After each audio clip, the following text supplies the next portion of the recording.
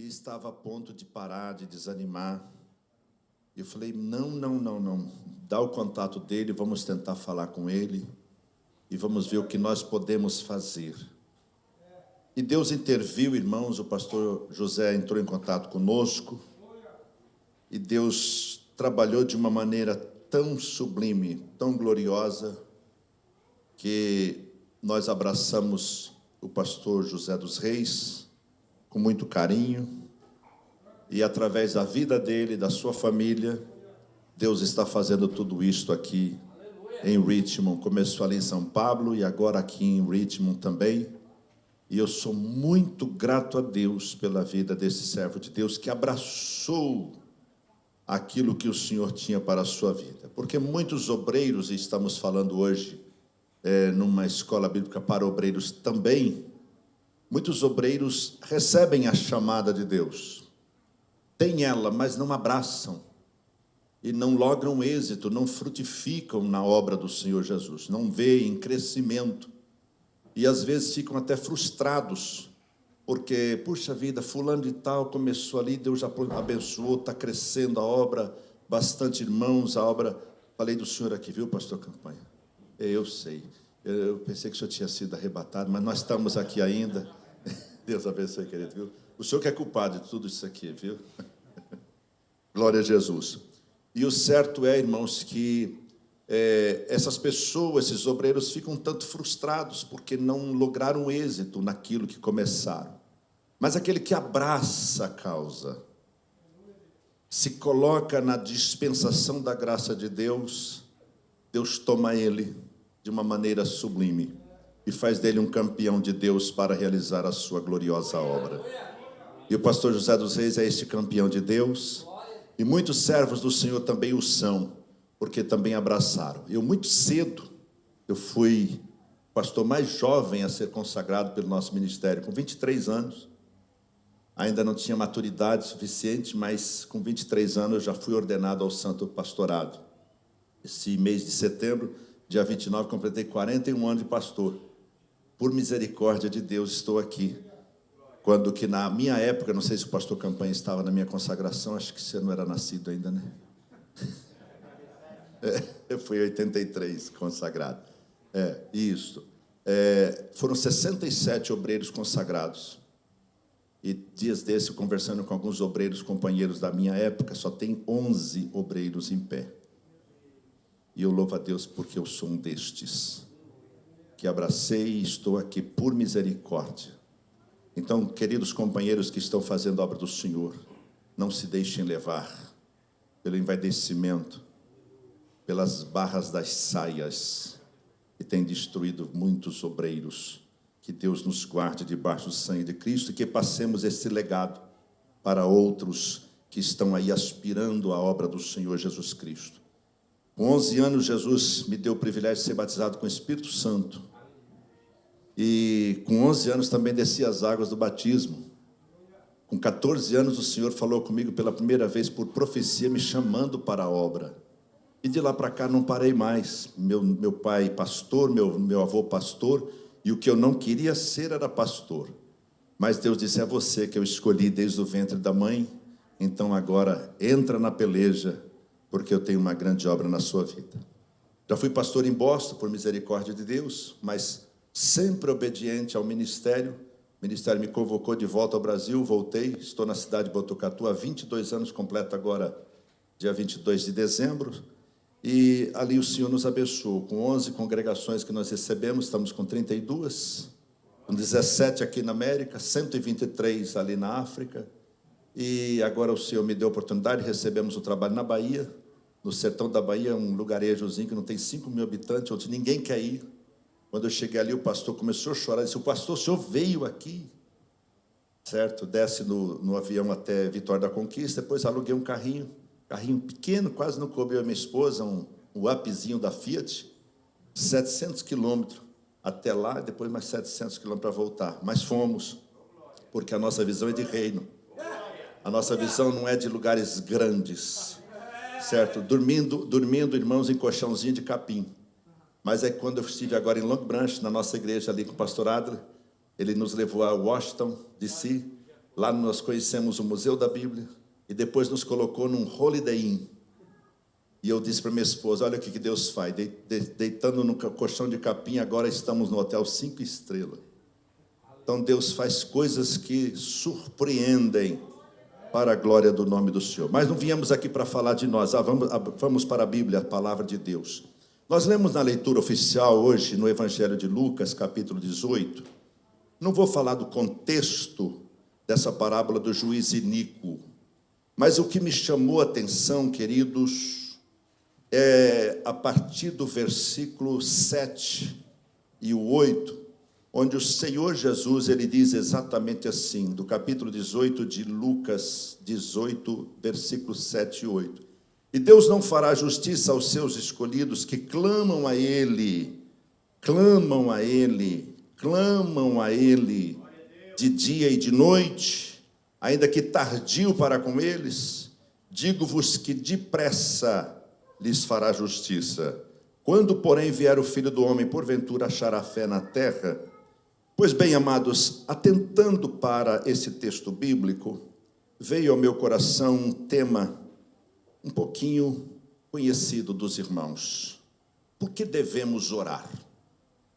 E obreiro, mais do que ninguém, ele tem, irmãos, o dever de orar. É algo que, eu não sei aqui na América, mas no Brasil está difícil. Poucos são os obreiros que gostam de orar. E aí a igreja também não vê o obreiro orando, não vai para a oração. Não indo para a oração, todos ficam fadados a derrotas, a prejuízos, a perdas. Eu me recordo, sem ser muito saudosista, porque eu sou nascido e criado na Assembleia de Deus. A minha infância, aliás, eu aprendi a engatinhar na igreja, que meu pai era zelador da igreja, terminava o culto, tinha que lavar a igreja, lá na Penha, em São Paulo, capital, e era aquele piso de vermelhão, eu afastava os bancos para um lado, lavava a lateral da igreja, afastava depois de volta e lavava a outra lateral, e ali eu era pequeno, engatinhava, aprendi a andar dentro da igreja, e o costume da igreja era iniciar o culto com oração. Não se começava um culto senão pelo menos 1 hora de joelhos. Os bancos eram cadeiras que nós pregávamos, nós não, os pastores à época pregavam ripas nas testeiras das cadeiras atrás e formavam um banco de 4, de 5 cadeiras. Eram os bancos, mas de madeira. Os crentes oravam e choravam. Derramavam lágrimas. Quantas vezes eu vi o saudoso pastor Ataíde Rodrigues dizer assim, agora, na semana que vem, no sábado, eu quero aqui convocar uns irmãos para me ajudar a lixar esses bancos, porque nós vamos passar um verniz novamente neles, para ficar novinho. E passávamos a lixa, eu já nessa altura eu já estava garoto, e já me dava uma lixa, e ali já lixava o banco. E depois vinham os irmãos que, com pincel, naquela época não se falava em rolo, em compressor, era um pincelzinho mesmo, passava o verniz nos bancos. Mas é interessante que a água seca, ela molha, marca, mas seca, mas lágrimas não secam. Elas ficam impregnadas na madeira. E por vezes eu ouvia dizer assim, mas isso aqui não lixou direito? Aí vinha um outro irmão lá com a lixinha, lixava, parecia que sumia. Mas tudo que passava o verniz, parece que reacendia. E aí se descobriu, isso aqui não é água, isso aqui são lágrimas de crente que vem para a igreja e vai orar na presença do Senhor, vai se derramar na presença do Senhor. Mal começávamos o culto, pelo poder da oração, pastor José dos Reis, começava a cantar o hino e a glória de Deus já se manifestava. O poder da oração. O poder da oração. De repente, alguém subitamente começava a falar em línguas estranhas. E se descobria que aquele irmão, aquela irmã, aquela moça, aquele rapaz não tinha sido batizado com o Espírito Santo. E naquele momento, agora, Jesus estava batizando. Não precisava trazer pregadores de fora, eloquentes, fazendo movimentos. Não! No começo do culto, Começava a cantar o hino da harpa, o hino 15. Quem não lembra do hino 15? E subitamente um irmão, uma irmã começava a falar em línguas estranhas. E aquilo parece que era assim mesmo, um fogo. Passava para outro. Ia contagiando. Daqui a pouco a igreja era tomada em mistérios com Deus. Recordo-me numa ceia, pastores, que lá não tinha 3 divisões, eram apenas 2 divisões de cadeiras. A igreja não era tão larga, então dividiu-se, fez um corredor no centro. E nesse lado aqui, eu acho que no terceiro banco, Jesus batizou uma jovem com o Espírito Santo. Ela levantou as mãozinhas, tremia, o queixo tremia e começou a falar em línguas estranhas. E de repente ela entra num coro, num hino espiritual. Eu devia ter uns 7 para 8 anos. Eu não entendia muito, mas eu olhava para aquela menina, não era ela que estava cantando, era um anjo que estava louvando a Deus na sua voz. A igreja foi tomada assim numa glorificação extraordinária, mas tudo porque a igreja tinha comunhão com Deus pela oração.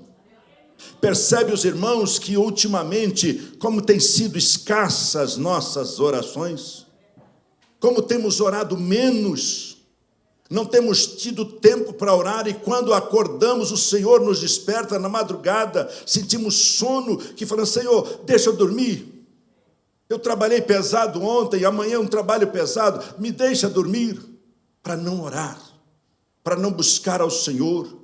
E a Bíblia diz: buscai ao Senhor enquanto se pode achar, invocai-o enquanto está perto.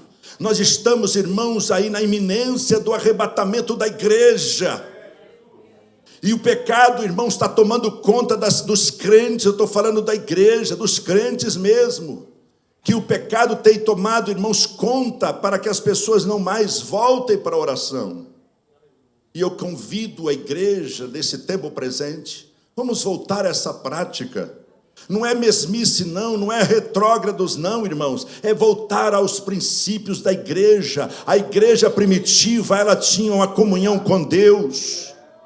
E se nós queremos arrebatamento, temos que voltar para essa prática, porque só assim nós vamos ouvir o soar da trombeta de Deus. Vamos ouvir Jesus dizendo: vinde benditos de meu Pai, possuí por herança o reino que vos está preparado para vós. Esse versículo, irmãos, que nós lemos, o primeiro citado aqui de Lucas 18:1, o Senhor Jesus, ele nos adverte claramente sobre a necessidade, sobre a importância de orar sempre e não desfalecer. E para enfatizar, irmãos, a necessidade de orar, o Senhor Jesus usou essa parábola. Agora, 2 questões são importantes nós considerarmos aqui. A primeira é: por que a oração é tão importante?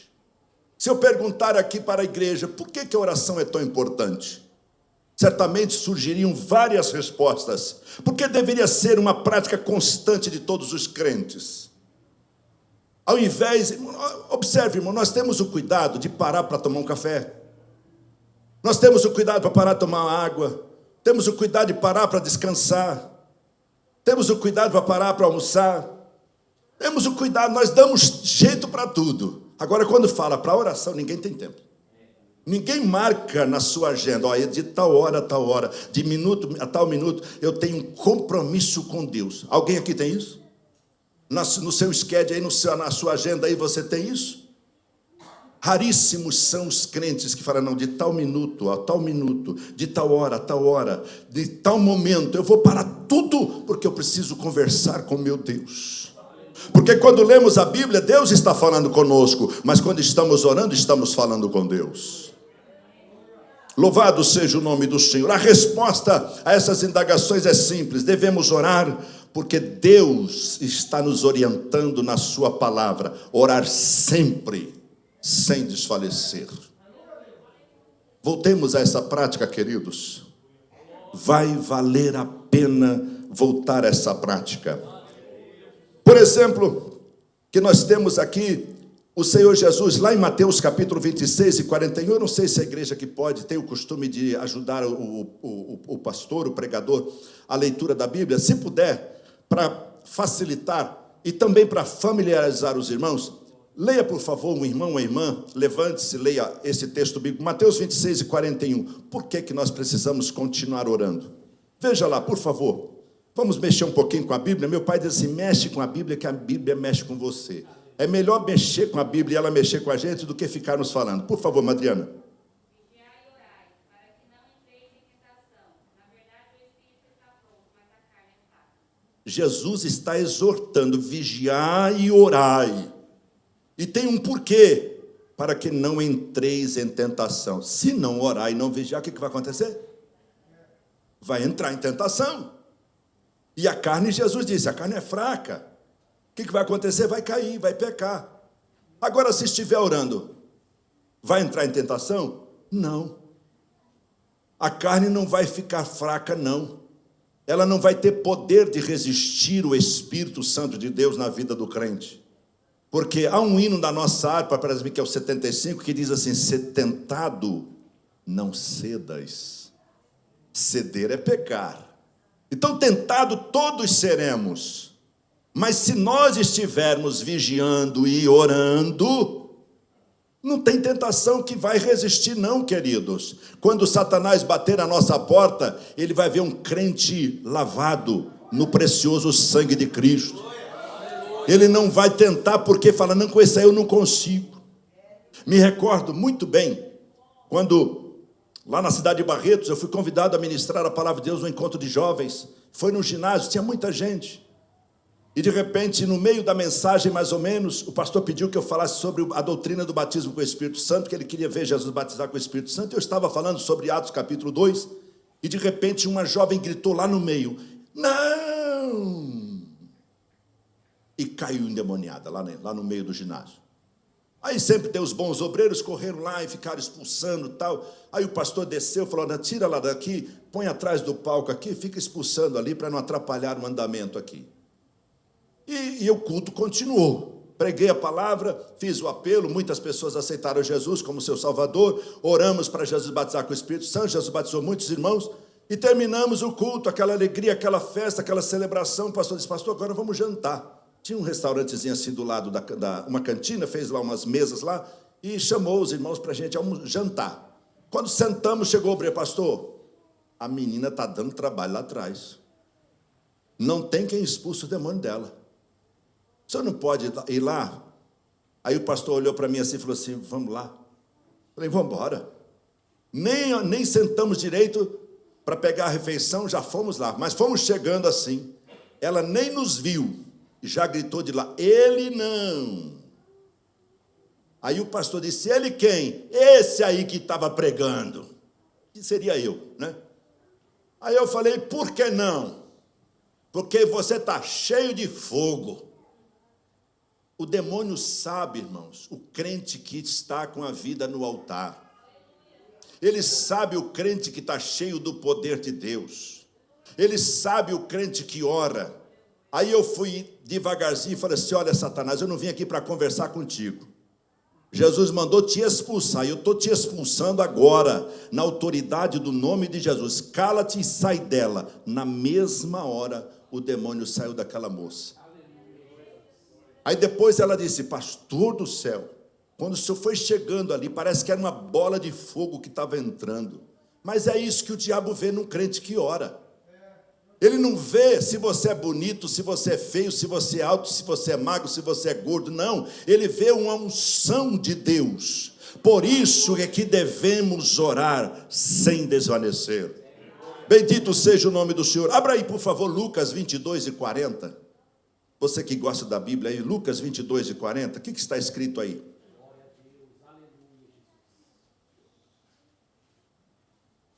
Outro já deixa 21 de Lucas e 36.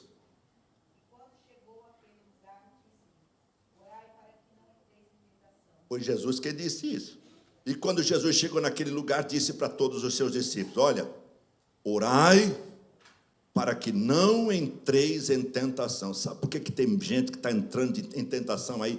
Desculpa a linguagem paulista, né? A torta e a direito?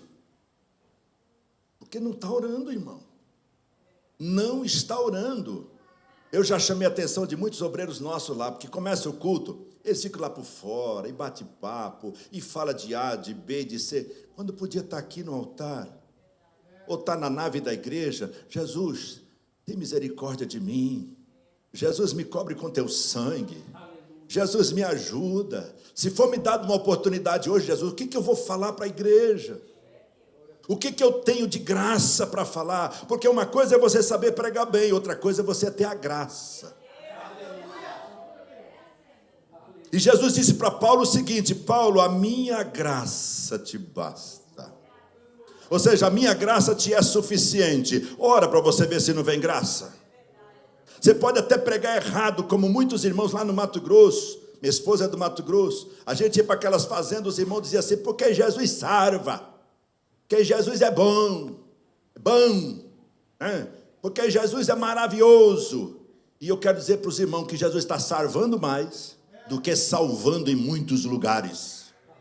Porque o crente que não tem, irmãos, leitura boa da Bíblia, fala tudo errado, né? Porque nós somos, nós fomos, nós foi, fala tudo errado, mas a graça de Deus está derramada na sua vida, e que quando ele abre a boca, é o Senhor que toma a sua boca para falar, e a gente é tocado, a gente é impactado, e a gente fica dizendo assim: Jesus amado, como é que essa pessoa... Bom, basta ver Pedro, né, irmãos? Um homem douto e sem letra, e vai pregar e uma multidão se converte. Quase 3.000 almas, gente. Quem aqui já ganhou isso para Jesus? E quem, irmãos, deu aquela sabedoria para Pedro falar daquela maneira em Atos capítulo 2? Com tanta graça, com tanta unção. É somente aquele que vai lá para o Getsemane com Jesus. Ainda que está meio cochilando lá. Mas eu sei que Pedro também, ele orou e cochilou. Você não precisa ficar o tempo todo orando. Você pode até cochilar, mas mantenha a sua comunhão com o Senhor. Porque quando você manter a sua comunhão com o Senhor, quando você abrir a boca, o Espírito Santo de Deus te toma. Louvado seja o nome do Senhor. Lucas 21:36, por favor. Já temos só um minutinho só e eu já vou encerrar. Eu tinha muito para falar, mas o tempo é exíguo. Lucas 21:36, Jesus mais uma vez advertindo. Vigiai, pois, em todo tempo, orando para que sejais havidos por dignos de evitar todas essas coisas que hão de acontecer e de estar em pé diante do Filho do Homem. Dá para dar glória a Deus ou não dá num versículo desse? Vigiai, pois, quando? Em todo tempo. Fazendo o quê? Orando. Pastor, mas como é que eu vou trabalhar orando? Oh, meu Deus do céu, você precisa orar com os olhos fechados? Você pode orar dirigindo, pode orar tomando banho, pode orar fazendo comida. Oh, Jesus, abençoa aqui, Jesus. Né? E a comida fica boa, irmão. Fica, olha, o pastor até deu glória aqui. Né? E é maravilhoso quando você trabalha orando, irmãos. Lá em Indaiatuba tem muitas fábricas, o pastor Campanha conhece lá, de ferramentaria. São máquinas de precisão. Hoje já está tudo muito como é que chama? Automatizada, robotizada, tal. Então já quase não tem mais a mão humana, né? Mas naquela época que era tudo no torno, tudo na fresa, tudo. Tem um irmão lá que ele sempre perdia a peça. Um milésimo de centésimo lá matava a peça. Aí um dia ele chegou na igreja e falou: irmãos, ora por mim.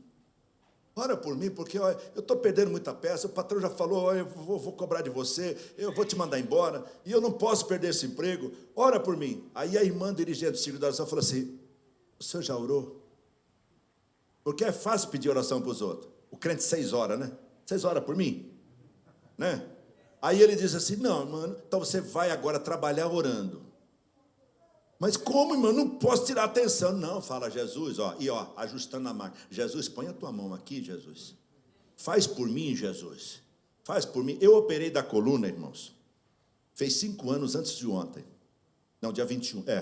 Foi dia 21. 5 anos. Quando eu entrei no centro cirúrgico, médico muito bom, especialista, mas eu disse: eu não confio no homem. Porque está escrito: maldito o homem confia no homem. Eu confio no Senhor. Jesus, não vai ser o médico que vai me operar. É o Senhor que vai pôr a mão na mão dele.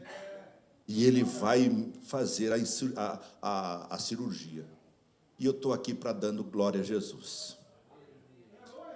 Quando você põe Jesus na frente, irmão, dá tudo certo. Os discípulos achavam que conheciam o mar da Galileia, achavam que dominavam pela experiência os ventos, as tempestades que surgiam. Nós estivemos, eu atravessei o mar da Galileia, e num determinado momento, realmente, irmãos, o vento é forte ali. Há um canal que passa ali um vento, e normalmente eles pegam os turistas que vão a Israel e levam justamente naquele horário para a gente sentir mesmo o açoitar do vento.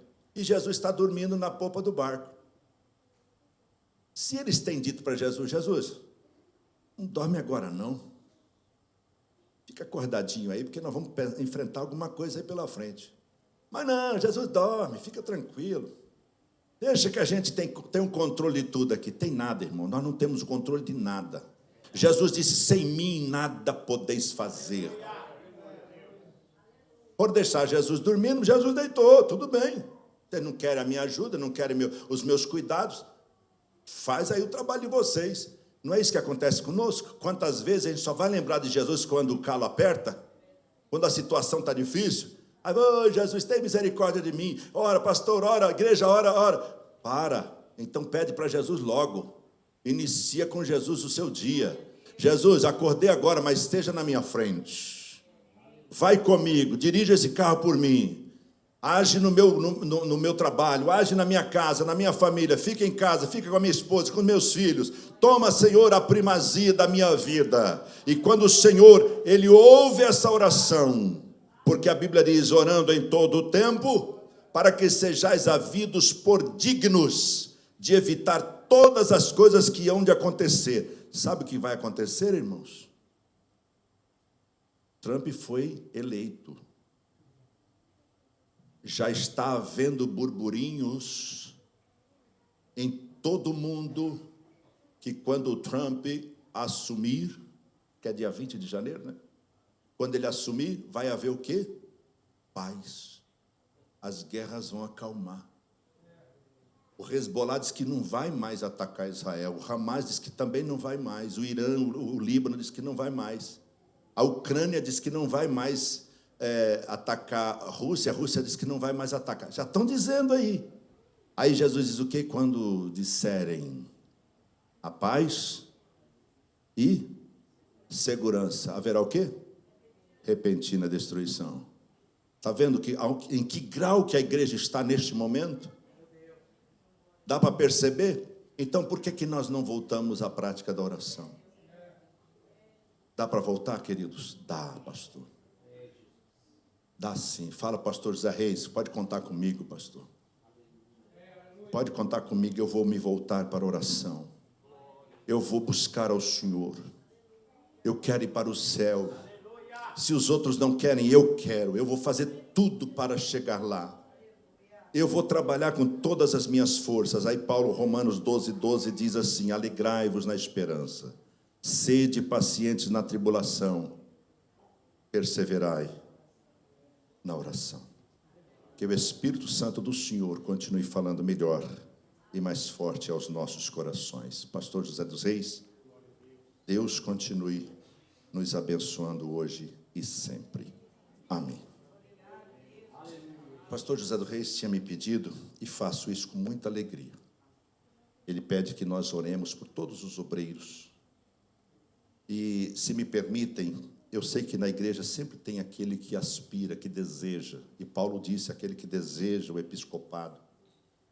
Lá em 1 Timóteo 3. Excelente obra deseja. Você que também deseja ser um obreiro, um servo do Senhor.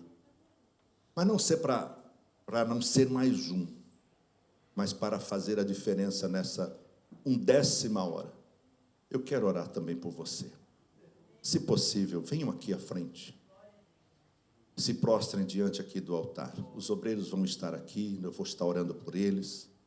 Tenho certeza que o Senhor trará renovo, trará forças, vigor e unção sobre a vida deles para poder, amados irmãos, desenvolver aquilo que ainda resta para nós desenvolvermos. Vamos em pé, por favor. Glória a Jesus.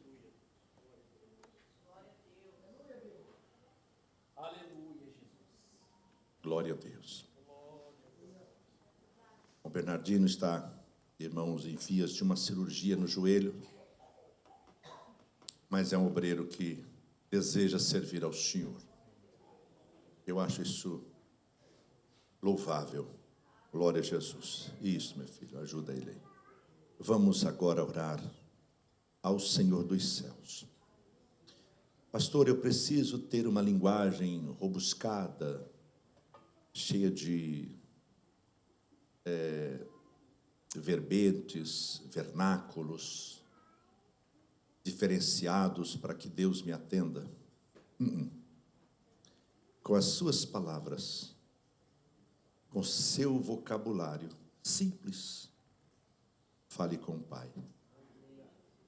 Lembre da oração sacerdotal de Jesus, lá no capítulo 17 de João. Quando você vai ver Jesus falando simplesmente com o Pai. Pai, santifica-os na tua palavra. A tua palavra é a verdade. Pai, eles estão no mundo, mas eles não são do mundo. Guarda-os em teu nome. Orações simples, mas que tocam a Deus. E a oração que toca a Deus, a Bíblia diz que Deus se levanta do trono e se inclina para ouvir a oração. E eu tenho certeza que Deus vai neste momento se levantar. Aliás, Ele já está levantado. Ele já se inclinou. E Ele vai dizer assim, meu servo está lá orando. A minha serva está lá orando. Eu vou atender. Jeremias 33:3. Clama a mim e responder-te-ei e anunciar-te-ei coisas grandes e firmes que não sabes. Eterno e sublime Pai, no nome de Jesus, o teu Filho amado, pela fé cremos que estamos falando com o Senhor. E neste momento, Senhor, aqui estão esses obreiros, estes homens de Deus, que realizam o teu trabalho nesta nação, que fazem uma diferença, Senhor Deus, para louvor e glória do teu nome. Eu quero te pedir, ó Pai, em nome de Jesus, revestimento de graça, de unção, de poder sobre a vida deles, Pai. Eu sei que o Senhor sempre me ouve, e eu sei também que o Senhor me responde, Senhor.